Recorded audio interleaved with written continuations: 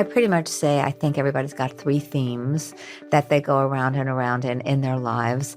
Mine were I'm unlovable, I'm worthless, and the little match girl theme, which is standing out in the cold with no shoes on and rags, looking in the snow, looking at the family on the other side of the picture window, cooking turkey in little velvet dresses and hugging and kissing and loving each other. And I'm the one always, and what this theme still comes up. Something can easily trigger that, where I don't belong, where I'm on the other side of the warm, I call it. Geneen Roth has had a voice in her head from the earliest possible days that she can remember. But here's the thing, she is not suffering from some diagnosable condition. It's the same voice that many of us have.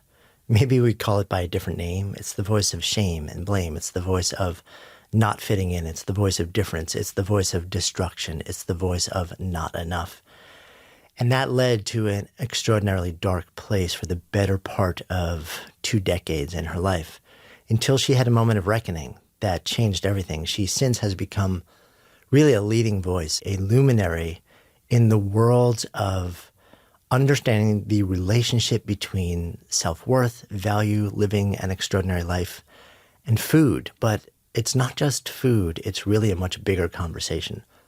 In her new book, This Messy, Magnificent Life, she dives deep into a recent struggle, and she kind of asks the question, okay, I have done all this work. I've spent 30 years exploring my relationship to the world, to food, to self-worth. I've been in therapy. I've done every spiritual practice in the world, and yet there's still this nagging thing in me that says, I don't fit in, and something's not quite right. What do I do about that? And that is where our conversation goes in today's episode. I'm Jonathan Fields, and this is Good Life Project. I think a lot of people feel like this in their families, that I didn't quite belong there, that somehow I landed, and who were these crazy adults? In what way? Oh, boy, because I was always interested in the depth stuff, feelings, and saying what I saw. And that's not how life was back then. And so in that way, I felt like I didn't belong. I kept on wanting my parents to talk to each other and, talk about their unhappiness and see what we could work out. And I didn't want them to get separated and divorced and all of that. So I saw what was going on, but nobody really wanted to talk about it.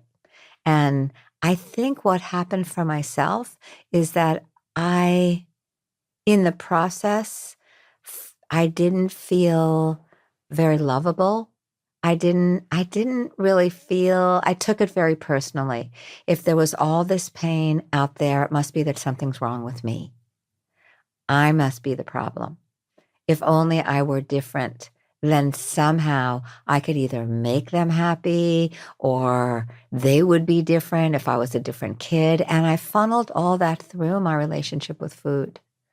And so what happened quickly, by the time I was 11, when I went on my first diet, I felt that if only I could lose weight, look differently, eat differently, be gorgeous, sort of be a different person than I was, and everything would be fine. And I believed it. I mean, I really believed it. So I developed a severe eating disorder that lasted 17 years. When you look back at that first moment, I mean, reflecting back on it, it's easier to see a lot of what happened and understand what was happening. Were you aware at all when you were sort of, quote, in it, in your teens and then through into your 20s? Was there a moment where you had a sense of the fact that this isn't okay, this is something really off here, rather than I'm just trying to fix something and I'm going to keep trying stuff and it's all going to be related around food and the way that I relate to it? I had not one moment like that, like you asked. It was all about food and the size of my body. I became obsessed.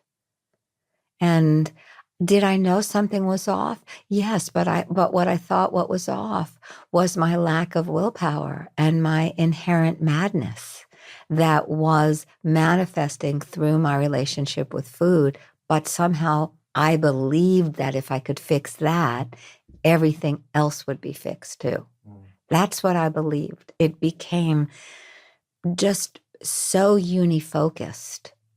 And I was convinced of that. And then then I went on so many diets. But when I stopped eventually, because it was torturous, it was really, really torturous, the way I gained and lost weight for all of those years. And when I stopped doing the whole thing, it's like I stepped out of the paradigm. I stepped out of the diet binge, fix yourself paradigm. And when I stepped out of that, there was such freedom in stepping out of it. It was frightening on the one hand, but so freeing on the other hand that I realized I was never going to go back. What happened that led you to step out of it? I read a book called Fat is a Feminist Issue. Were you looking for that book? I was looking in the bookstore for ways to kill myself. That was before the internet. And I was at the breaking point of realizing I couldn't do this anymore. I'd been anorexic for a year and a half. Then I had doubled my weight in 2 months. And I realized if life meant this, then I didn't want to participate. I wanted out. And so I had decided to kill myself and was looking for books on guns and drugs and things like that. And I saw sitting on the floor of the bookstore, the Book Depot in Mill Valley, and I saw this book and I picked it up and I started realizing that maybe there was something much deeper about what I was doing with food than what was apparent. And and I decided to take a couple of weeks because at that point I had nothing to lose. I was willing to lose my life and see if it were true. And so the very next day I stopped dieting and I went on a whole different path, which I'm still on really. And I mean, it's no longer about food, but it is about stepping out of the fix me paradigm. There's something wrong with me. And if only I could fix this and fix that and fix this, I'd be fine. Yeah. Tell me more about that paradigm. Yeah. I think I spent so long feeling like I was the wrong person to be living my life, that if only I were different, more of this and less of this. And when the whole relationship with food, this is not going to sound the way it was. I was going to say was healed, because really it was a process, just like anything is. When I was no longer obsessed with food or the size of my body, when it wasn't an issue for me anymore, which believe me, I never thought there'd come a day when that would happen. But it's been a long time since that's been true.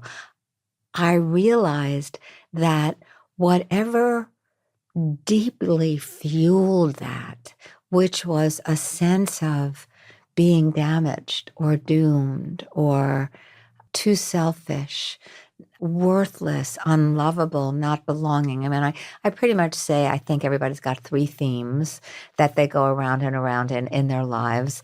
Mine were I'm unlovable, I'm worthless, and the little match girl theme, which is standing out in the cold with no shoes on and rags, looking in the snow, looking at the family on the other side of the picture window, cooking turkey in the little velvet dresses and hugging and kissing and loving each other. And I'm the one always. And what this theme still comes up. Something can easily trigger that, where I don't belong, where I'm on the other side of the warm, I call it. It's over there, but for some reason, either because I'm damaged or doomed or something's wrong with me, I didn't get the right piece of DNA, I'm never going to be part of that circle of warm. And I realized that was still true, that though my eating was fine and my body was at its natural weight, I still felt like that. And so I wanted to see if it was possible to attend to that directly, since I was no longer manifesting that through my relationship with food. And, I'm happily married. I've been with my husband now for a while. I have work that I love. I'm living somewhere that I love. And still, I woke up like this every day. So in a low level way, not screaming with it, not obsessed by it, but sort of feeling something was tugging at my heart, haunted. I would say haunted by that. And I really wanted to see if it was possible to not live like that every day, to not even, have that as a low level theme, or not that I would never be triggered, but that I could stop believing it when it did get triggered. Because I don't think things go away like that, especially things that are inscribed in your history and your legacy, your ancestry, all that you inherit. You inherit, and there's no way to disinherit it. But there is a way to be in relationship with it, and which I was never able to do, despite 30 years of meditation and just as many years of therapy. I kept waiting to be fixed. I felt like in the back of my mind, I kept waiting for somebody to save me and rescue me, like I was a kid waiting for a different mom to come. So anyway, that's what got me working on this book, is that, well, I wouldn't say that's not what started me working on, but it started the process that eventually became the book. Because after a couple of years of that, and writing pieces, which I had no idea were going to become a book or not, I thought, oh, I'm writing about something here. I'm writing about this that I am attending to, and I'm following certain methods in a way. And so this seems like, and I wanted to write about it, of course, because I always want to write about what's this and what's happening, and isn't it amazing? And because I don't often know what I know until I write about it, I wanted to write about it. And then eventually it became a book. Yeah, no, I totally get that. I mean, it's interesting to me also that the thing that you seem to be describing, being on the outside looking in, there's all sorts of stuff which is good, which is great. And yet still there is this low level of, no, it's a lack of belonging. Yeah. And you have a person who you love and who you've loved for decades. And I'm sure you have friends who feel this way. And still there's this thing. And as you shared earlier, you can trace that back to, at the earliest stage, you feeling like you didn't even belong to your own family. Right. And 30 years of therapy, 30 years of meditation, all this stuff, it's still there. Yes. Right. It is. What do you do with that? And so here's what I've come to see. I've come to discover certain ways to work with myself when those things come up. And those are the very things I teach too in my retreats, because why not teach what you need to learn and what you have learned? And because I think it's universal. I do think it's universal. I think to some degree, everybody's got a little bit of it. I think the hard part, at least for me, was I thought it was possible to dissolve those things. I thought that meditation was going to help me develop that sky mind, as I learned in Perfect Dzogchen. equanimity. Yes, perfect equanimity. Be able to watch those thoughts go by and not get involved or attached to them. And I thought therapy was going to heal those very, very wounded places. And believe me, I tried a lot of different therapy, most of which was really good. Some of it wasn't so good, but most of it was very good. But still, I thought those things were gonna go away. That I was, I guess I thought I was gonna wake up someday having had a different childhood. I mean, if I had to say it like that, of course I didn't think that, but I think I thought I'd get a different nervous system, that I would go into parasympathetic mode much easier than I do, that I wouldn't get triggered as easily as I do. And I don't get triggered as easily, except when I do. And then it's okay, then what? And so the big myth for me was that those things were going to go away. and that I was going to be a different person than I am. I know that sounds so silly, but I think I thought that. I thought I was going to be healed in a different way than I feel healed now. I mean, that actually makes a lot of sense to me. I'm often kind of fascinated by the distinction between becoming or transformation and liberation. And I feel like I'm curious whether you've seen this too with so much of the work that you've done, that there is so much focus of transformation, which is, to me, it's like, okay, so you're starting as A and you're transforming into B, rather than liberation, which is, the truest sense of who you are is there. It's always been there. Yeah. And there's goodness in it. And the process isn't so much changing from A to B. The process is peeling away that which restricts you from Yes. being that truest part of who you are. I love that. Yes, I love that. I think you just said it beautifully, because I think that's actually what it is. I think when I dropped the Me project, as I called it was dropping it and accepting the fact that certain things were just not going to get fixed.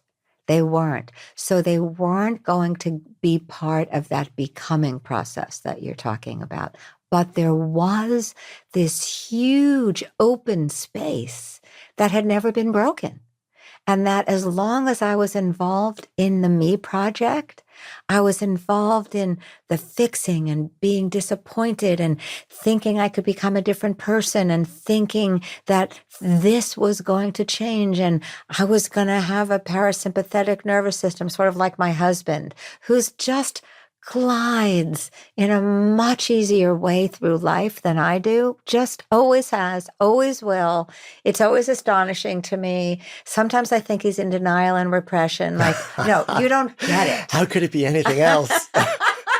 The world is caving in. I know, exactly. Come on, get upset. Look at the dark side, for God's sakes. Can't you just complain once? But what started happening was that I realized, through how I started working with myself in a different way, and then dropping the Me project way, that there was always what you called it, this place that was always there. And that I didn't, well, one thing was I never thought that was for me. So people talked about that, of course, in the meditation retreats. Right, it's and the heartbeat of yoga. yes, all I this mean, stuff, it's everything, but it felt like a step-by-step process. Do this and then do this, and there was a hierarchy, and then you do this, and then you get enlightened. You're there.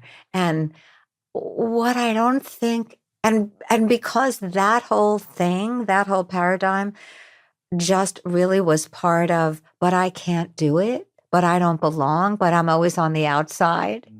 It just hooked right into that. Yeah. So I felt like that's good for them. Yeah, good for them, but that's not possible for me. They don't understand. I'm doomed.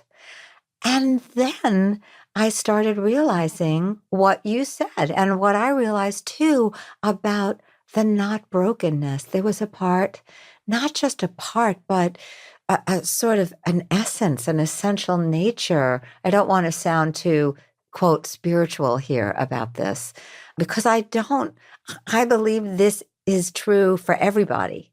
So I don't want to make it sound esoteric in any way, but that the not brokenness is always there.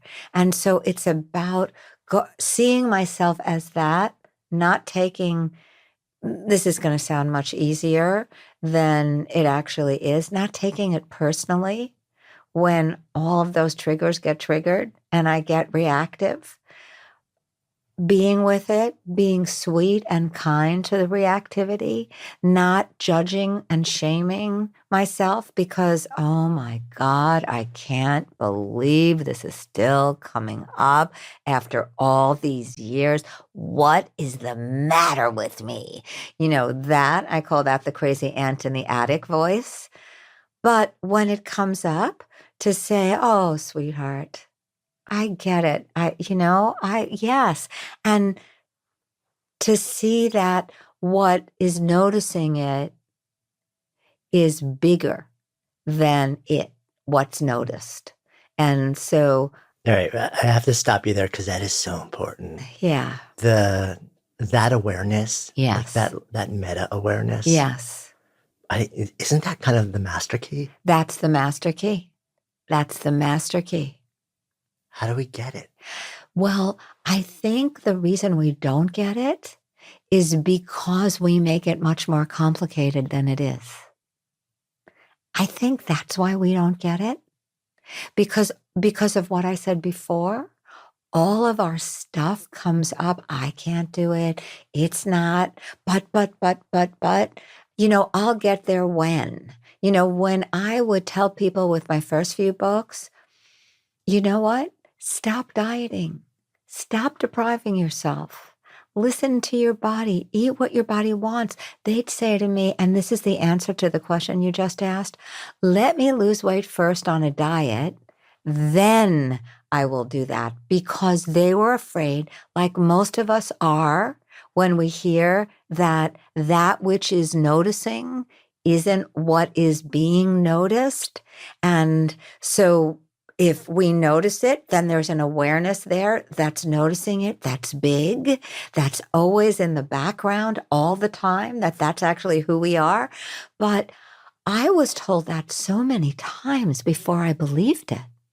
I was like my students who were, but let me do this first, and let me accomplish this first. And then, because I think when we hear that, we hear it as relaxing, or we hear that as too easy, or we hear that as almost unbelievable. Right, it's just like too trippy. Yeah. Like there's another me there. Right. That's like looking down on me and observing, like what I'm thinking and doing. Right. Right. It's like, whoa. But then you think, well, on the other hand, what is being aware that I'm sitting here right now with you? How do I know that? Well, I know that, first of all, because I can feel my feet on the floor, my butt in the chair, my back in the chair, but also because there's an awareness that's aware of that. And so, and like, it's the most obvious thing. It's almost like a conspiracy that we're not noticing the most obvious thing there is. Yeah. I mean, and it's so interesting, right? Because it seems so trippy on the one hand, but on the other hand, it's actually really easily validatable. Yeah. Because the moment you catch yourself thinking this, spinning this story, like doing the moment you catch yourself with anything, I'm like, oh, I was just thinking this. I was just, like telling that story again. I've told, like, the you that's catching yourself. Like, if there isn't this dynamic, if there isn't this ability to be aware of your thoughts, whatever like consciousness is becoming aware of it, you wouldn't be able to do that. Right. You would be 100% in your thoughts and in the stories all the time. So the simple fact that we catch ourselves all the time, if we sort of practice becoming aware of all the maniacal stuff, the crazy ant, as you describe it in the head, it's like proof. Like, you don't have to just take it on faith. No. The fact that you can catch yourself telling these stories, chastising yourself, spitting all this stuff, the fact that you become aware of that, you can't become aware of that unless there is that observer in some way, shape, or form. And that is the liberation. Yeah. It's none other than that. That's it. That's it. It's that easy. It's that easy. Well, and that hard. And that hard. Because, number one, there's the doubt that, what? It's that easy? Really? Well, if it's that easy, how come everybody isn't doing it? Well, part of the answer is because we all think it's much harder than that. But the other thing is, catching yourself is not the easiest thing either, because we're so wedded to our opinions and our reactions and our thoughts, and we think that because we think it's true. And so there's got to be what we're talking about right now in the background. Really? You think that? Is that really what's going on? Like, if somebody doesn't answer an email from me, I can read so much into it, or a text is worse Right. because the text is supposed to Right. be You've got 5 minutes to get back to me, or else yes. like I've done something horrible. Yes, Or right. yeah. They don't like me anymore. Oh my God, maybe it's what I said last week or the week before. The amount of story that goes in between the fact, the situation, and the thing I don't know. I have no idea what the reason is, but I make up the stories and then I become wedded to the stories. And so, unless there's a part of me that we're talking about that's looking and seeing, honey, you're making up a story right now. Here's the fact your text wasn't answered.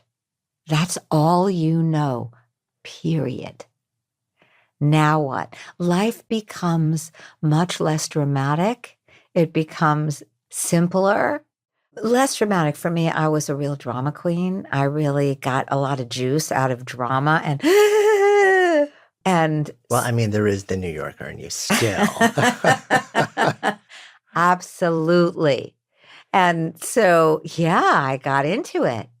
Oh my God, you wouldn't believe what happened. And then when I talk about what happened in that way with the drama, it's not just what happened, it's my interpretation of what happened that get fused together. And so, what you're talking about when you say to be aware of the fact that you're thinking, that's really a different story because then it takes me being aware that a story that I recount to you about the person who didn't answer my text, that's the simplest thing, or some other event that's happening. When I tell you what's happened, it's always infused with my interpretation of what happened. And unless I'm willing to separate those two, I'm sunk.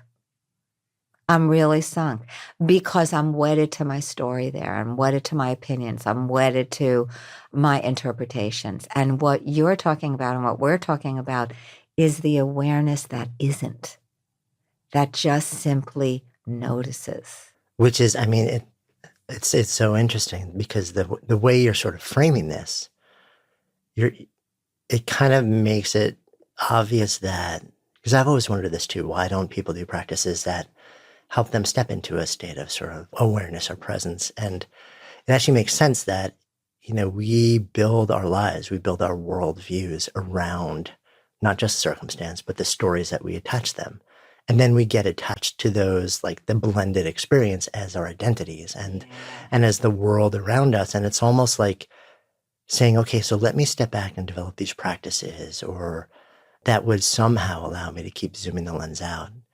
It requires a certain amount of willingness to let go of that worldview, like the model of the world that the nature of the stories that you tell and the way that you expect things to unfold, to just kind of say, what's actually happening here?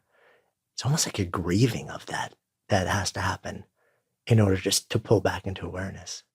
Yes, and I'm going to add an and here.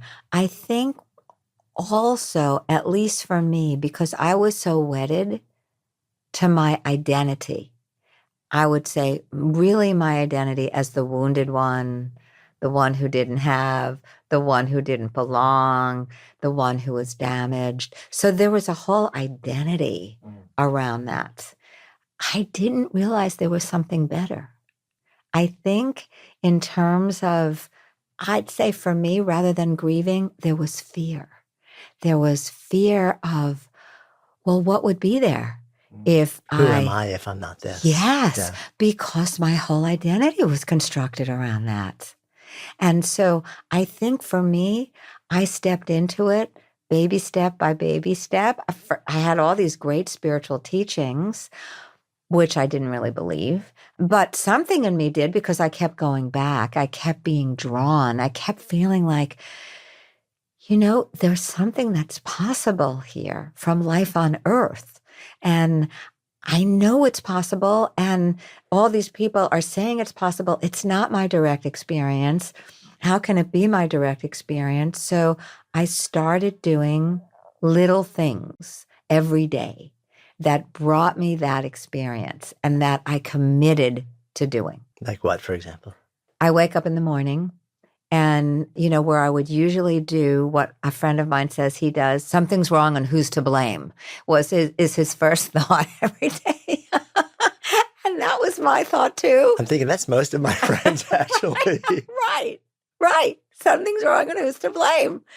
I wake up now and this is an effort. So everything I'm about to say, there are little teeny things, but they're big efforts because I'm so magnetized the other way. I will ask myself in the morning, first I'll sense myself and I'll notice, oh, I woke up. I didn't die during the night. That's a good thing. Then I will ask myself, what's not wrong right now? What's not wrong? Because something's wrong and who's to blame magnetizes me the other way and has me searching for negativity. After a while, it had me looking for it. What's not wrong right now is the exact opposite. It gets me in the present moment and it gets my attention because you become what you pay attention to. So it gets my attention to, oh, I can see, I can breathe, or even if I'm looking at a chandelier in the room that I wake up in, oh, look at that. There's a light fixture there, which I would ordinarily have not noticed at all because I'm so engaged in my mind that it glazes my view onto everything. And so I don't usually see what's there. Or what one of the Tibetan teachers I had said, be like a child astonished at everything. And so I wasn't astonished at anything after a while. And it was just, yeah, there's that and there's that. And even when I tried to keep a gratitude journal, which I wasn't very good at, I have to say, it's like just a checklist. Yeah, right. I did this today. This was lovely. I saw this. This happened. Check, check, check, check. But I didn't experience it, really make an effort to take it in and to experience it intensely. And unless I do that in the morning, I can also say, okay, so what's not wrong? Okay, good. I woke up. I didn't die in the night. I have arms. I have legs. Isn't it great? Poof, get out of bed. I know that if it's going to change, it's like a compass. It orients me in a particular direction. And if I'm going to be oriented in that moment in a different direction than my usual marriage to negativity, recently I said to my husband, I know it seems like we've been married for a long time, but really, I think I've really been married to negativity this entire time. It's like, I've been cheating on you, but not the way you think. It's okay. So if I'm going to change that, then it takes some effort. It does, but not that long. 15 seconds. That's not long, but still, it's 15 seconds that you have to do.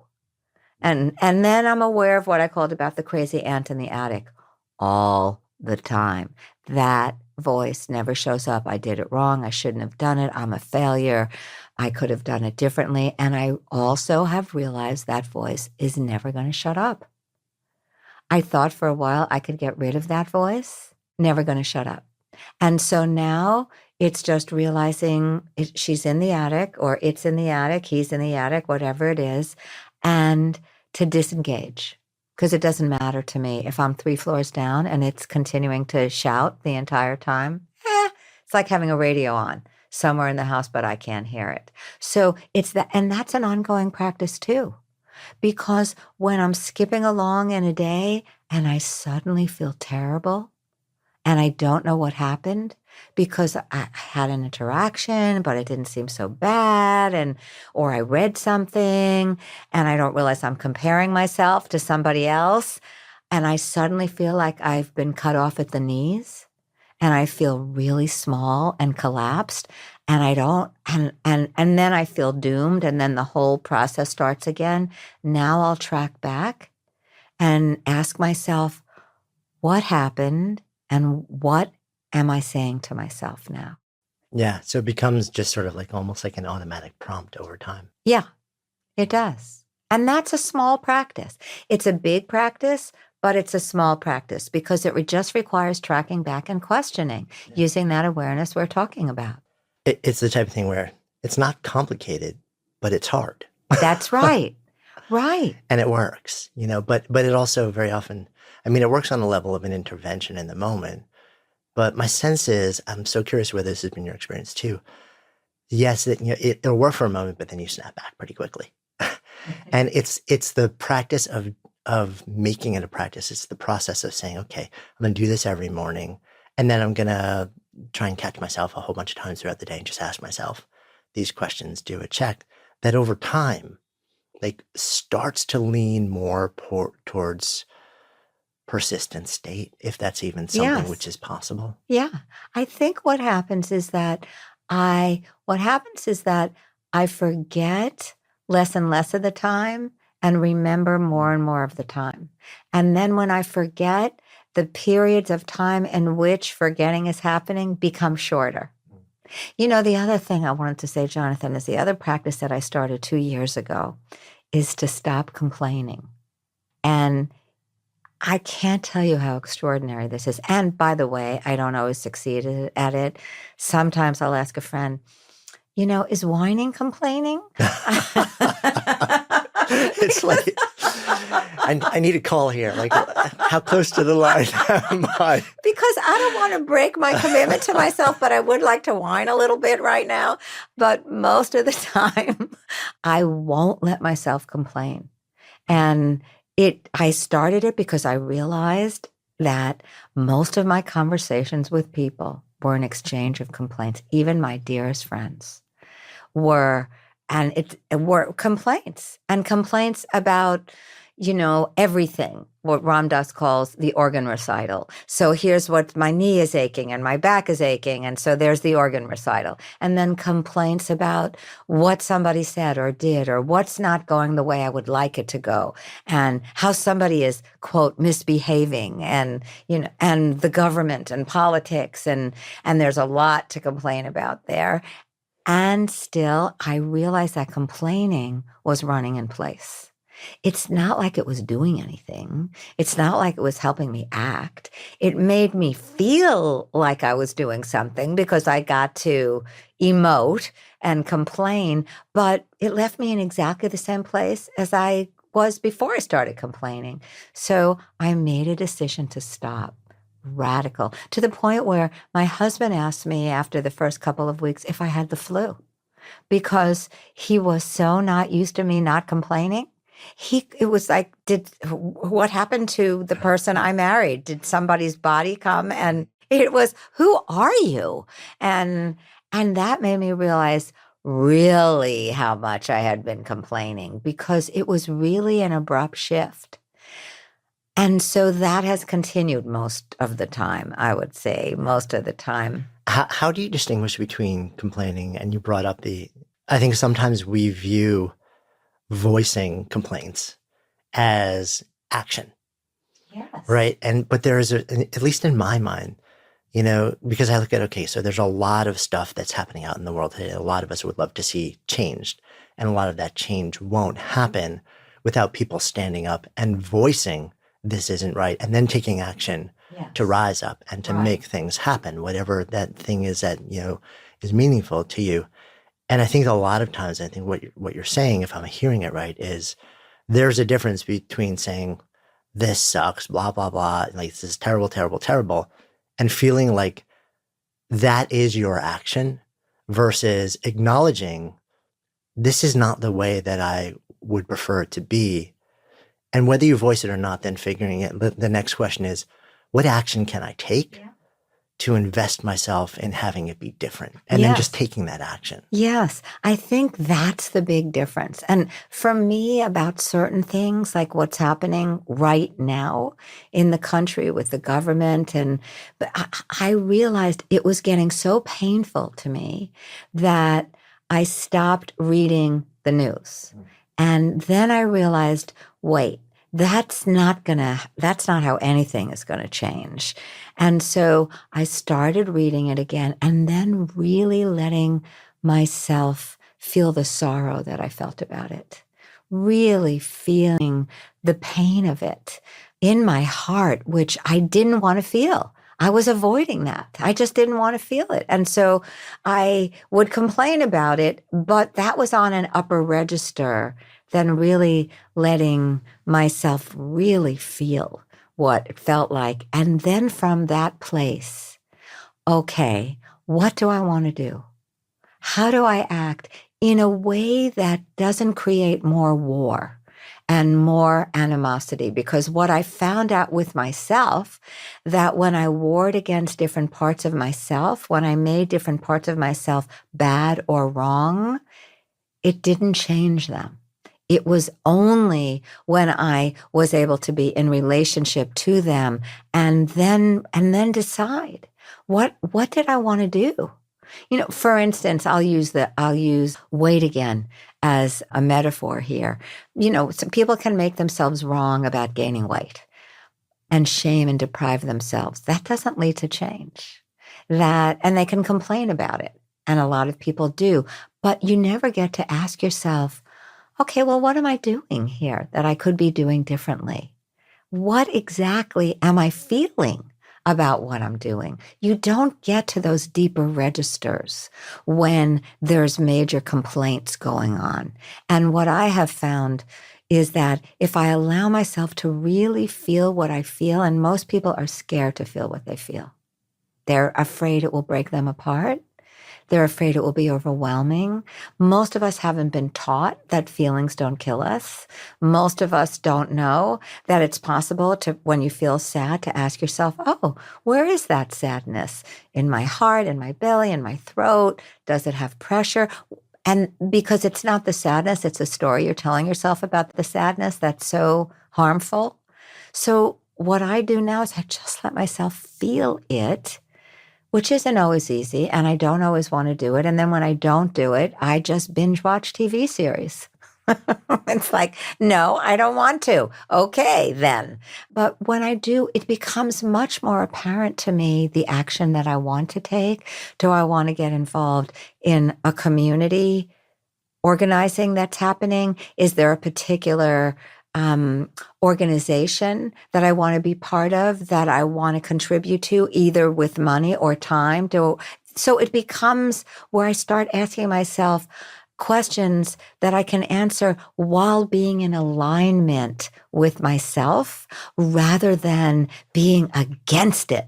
I'm against it. I'm against it. Because I feel like when I do anything with the I'm against it, then I become one of them. I become one of the problem people by being against it. And so it's never helped me to be against something. It's more to be for, to be very clear and aligned with what I'm for, and to keep that right in front of me and go for that. Yeah, that makes so much sense to me. I spent a chunk of time studying actually nonviolent revolution theory. And there's a guy who actually just passed recently named Gene Sharp, who literally wrote an expanded pamphlet that became the operating manual for nearly every nonviolent revolution around the world in the last few decades. Part of what he wrote, it's really interesting. This is the macro version of what you're saying on a personal level. He said most people will go in and say, okay, like, we're being oppressed. Here is the dictator or the regime that's oppressing us. Our goal is to take them down. And then they would take them down, but still they didn't feel better, and the change they sought wasn't happening. And he said the more effective, or if they made all of this effort and things changed, but that, that source that everyone was focusing on, like this must be taken down, still remained, even just in name, it was viewed as a success, as a failure. And you viewed yourself as a failure, rather than saying, here are the beliefs, the values, here are the pillars of power that are propping this thing up currently. Yes. What do we believe about what matters, about what is better? What does better look like? Let's create that so that those pillars of power will slowly say, why am I still here? And move over to you. And that thing kind of disintegrates on its own. And whether it does or doesn't entirely matter to you. Yes, that's exactly what I'm saying. And this is the personal representation of that, like sort of like macro approach. Yes. Right. And, I feel that too about what's going on right now because, of course, there's a big, fabulous, badly needed women Me Too Time's Up, which is so great that that's happening. In my mind, there's also an inner level of that, which is just speaking from direct experience and from the women that I work with and the people that I work with, and now I'm speaking for the women I work with, that many of us have internalized and treat our own bodies the way they have been treated. And so changing out there is really important, but we also need to look and see how we talk to ourselves and how we objectify our own bodies with nobody around. Nobody needs to be around. It's how do I look at this body? And most women treat their bodies the way their bodies have been treated. And as we can see with Me Too and Time's Up, women's bodies have been objectified. And so what I found with my own body is that I objectified my own body. And I find that with the people that I work with, that they objectify their bodies. They don't feel that their body is theirs. They don't feel like they have a right to take up space here because that's not the message they got. Yeah, you write about this experience. I think you call it the Red Thread or the Red Thread Project, Yes, which the kind Red of touches String on Project. this. Yes. Can you share a bit about that? Because I think it touches in this in an interesting way. Yeah, it started because my last therapist, who was a great therapist, had me walk across the room. She started at one end, I started the other end, and she said to me, "Tell me when I get too close. Just tell me to stop." She was in my face before I told her. I didn't even know when to tell her to stop. And I said to her, I don't know when to stop. And she said, "Well, you have energetic boundaries." And I rolled my eyes and I said, "Look, I'm from New York. New Yorkers don't have energetic boundaries. Only people in California have energetic boundaries." And she said, "No, everybody's got them. And the way you know you have them, or else you've been taught not to have them, is when somebody gets too close. You're uncomfortable. Something in your body says, this doesn't feel right. You're too close, and you step away." And I felt like I didn't know how to do that. I didn't know. I was so used to feeling like my body wasn't mine that I didn't know that it was okay to say no. And I don't want to. Now, obviously, on some level, I knew. But what she said to me was, "No, and I don't want to," are complete sentences. And being nice is overrated. And that was very important for me to hear. Then gave me a red string and told me to put it around myself, sit in the circle of it, put it around myself, and think of myself and the red string, myself sitting in the center of the circle, and the red string was my boundary, sort of she would call it energetic boundary. And she did this exercise with me a lot, and I felt like I wasn't allowed to have a boundary. I felt like it wasn't okay. My dad pawed at me. My dad was a World War II veteran. He sort of loved Frank Sinatra and that whole way of being suave, called women broads, loved pinching women on the ass, thought of me as an extension of him. And that's how it was. He didn't feel like he was doing anything wrong.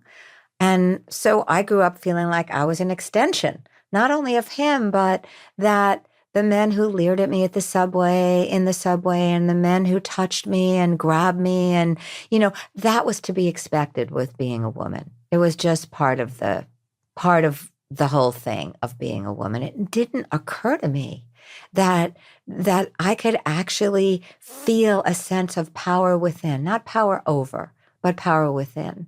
And that I could take up the space, not only in my body, I could really occupy the space I've been given by having a body, and then extend it out to have a sense of presence, a physical sense of presence, an energetic sense of presence. And then when I gave the red string to a couple of hundred women and asked them to put it around themselves, before I could even finish the instructions, half the room were crying.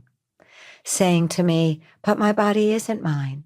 But I don't know how to do this. But I'll get in trouble if I say no or I don't want to.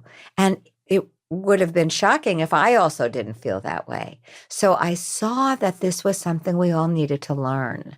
We all needed to see, first of all, because I think seeing is freeing, that to see that many of us feel like this, our bodies aren't ours, that we'll get in trouble if we say no. We'll lose something if we say no. Our bodies somehow are the negotiation tool we have as women.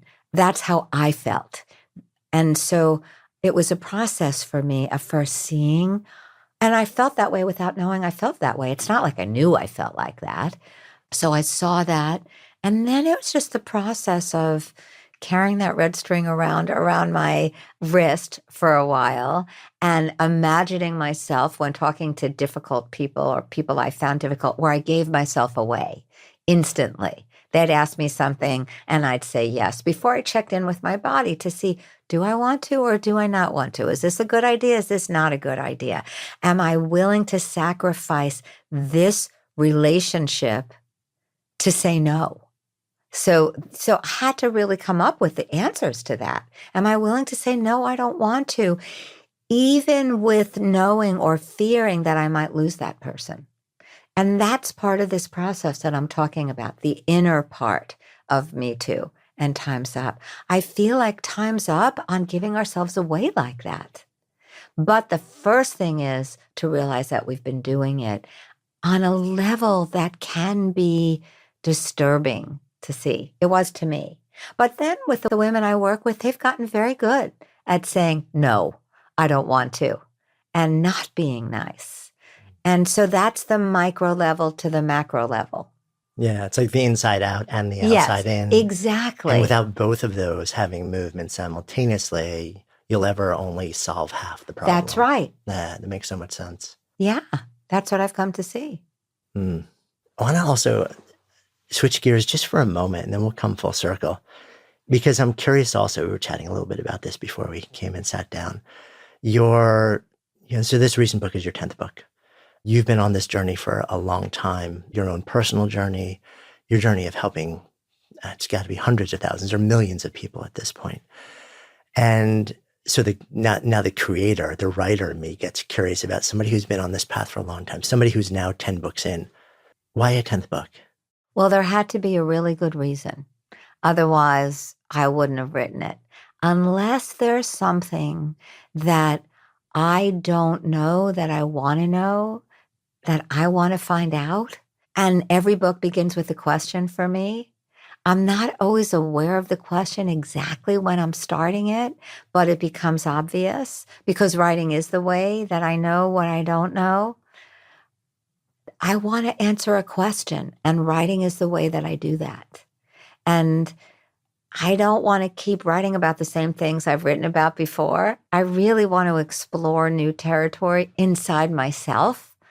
And so until I feel like I've exhausted that, I'll probably keep writing. So what was the question for this? The question was, is it possible for me to live with some degree of equanimity on a daily basis, to use what seems like, this is where the title of the book comes from, the messiness of my life, the things that I felt like, and certainly felt like at the beginning of writing this book, that I needed to fix. Is it possible to use those the way I once used food, as a doorway, as a portal to my core beliefs about being alive? And is it possible to be in a different kind of relationship with what I consider to be the wounded and damaged parts of myself?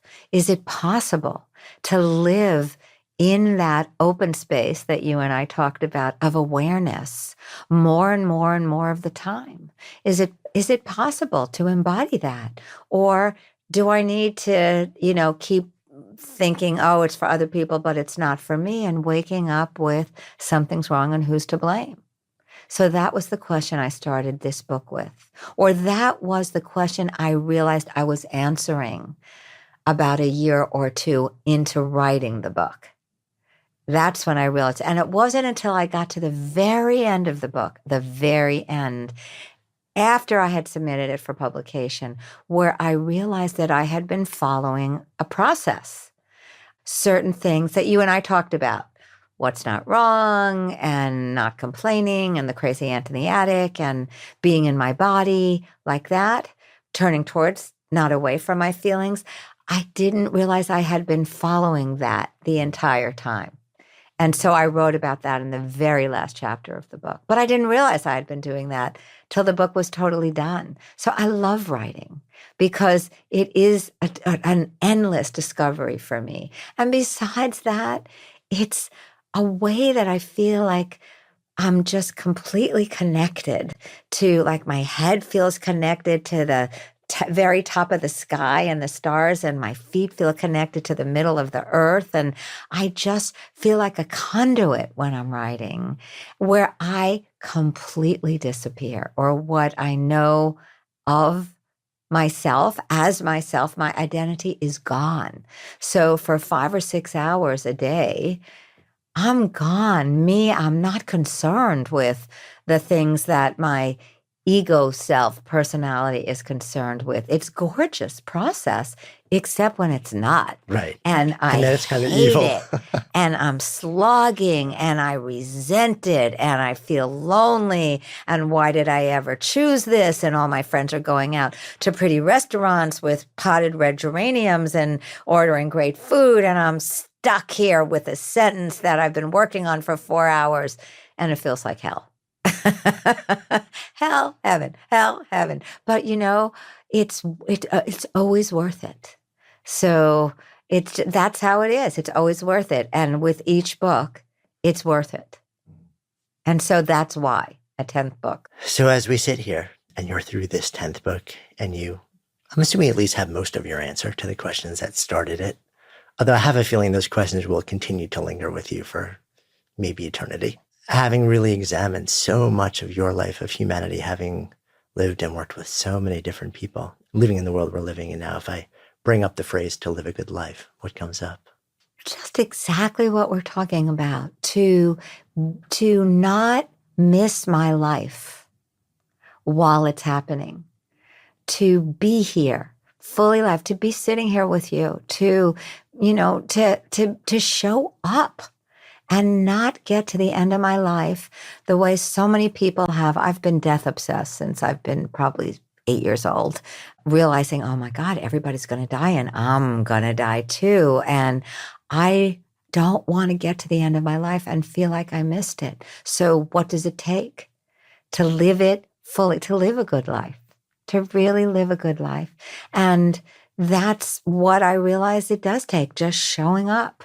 And not being afraid of what might be uncomfortable, and not protecting my little heart back there that doesn't want to get hurt, or else protecting it and seeing the effect of what it's like to protect it, and then speaking up, because that's the other answer to your question about why a 10th book. Although this isn't always true for me, because I feel like I want to tell people this. I want people to know this. And so that's part of living a good life too, is not keeping it to myself. Thank you. Yeah, lovely.